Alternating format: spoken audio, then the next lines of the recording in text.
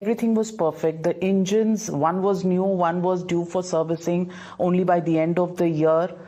Then what went wrong? There are two questions. There are two questions that are being speculated on. There are only 2% of air crashes worldwide where the crash happens in the ascending period of the aircraft. Only 2%. And this AI-171 was one of those flights where, while taking off, the crash happened. With such low data in terms of percentage probability, what happened? See, Navika, as I said, I am not an expert to be able to decipher this. All I know is the facts, the records that I have seen. I am not to say this is ruled out, that is ruled out. But you are the Tata Group, and you said you would have a separate investigation. No, we can't do any separate. Preliminary? We can't do any separate investigation. All the records will be with the DGCA, and the DGCA has set up those commissions, and they will do the investigation. There is no independent investigation possible. So no preliminary probe by Air India itself, internal probe? There is nothing we can do. We can only see our records. Were there any red flags? No. Were there any maintenance red flags that had been put out by DGCA? We understand two show cause notices. I have seen this record for these aircrafts and the engines and the pilot record. I sat with the team, discussed this, and I didn't see any red flags. Nor did they highlight any red flags.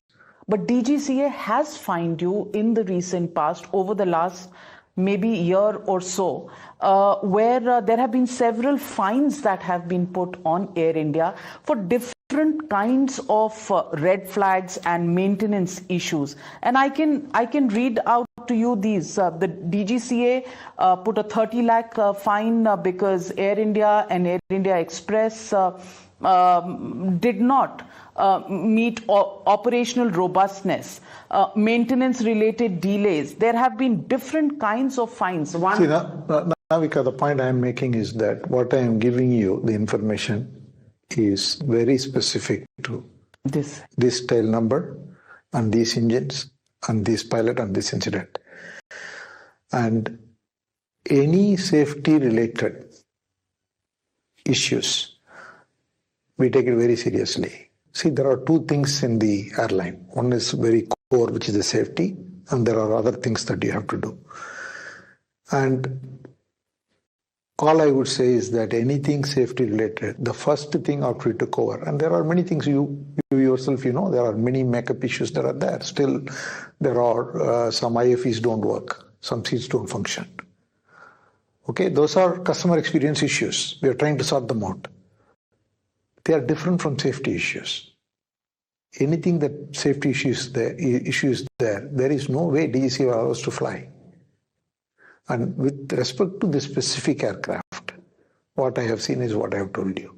But this is not to say anything more extra, because we need to wait for the investigation. There are some reports that say that June 3rd,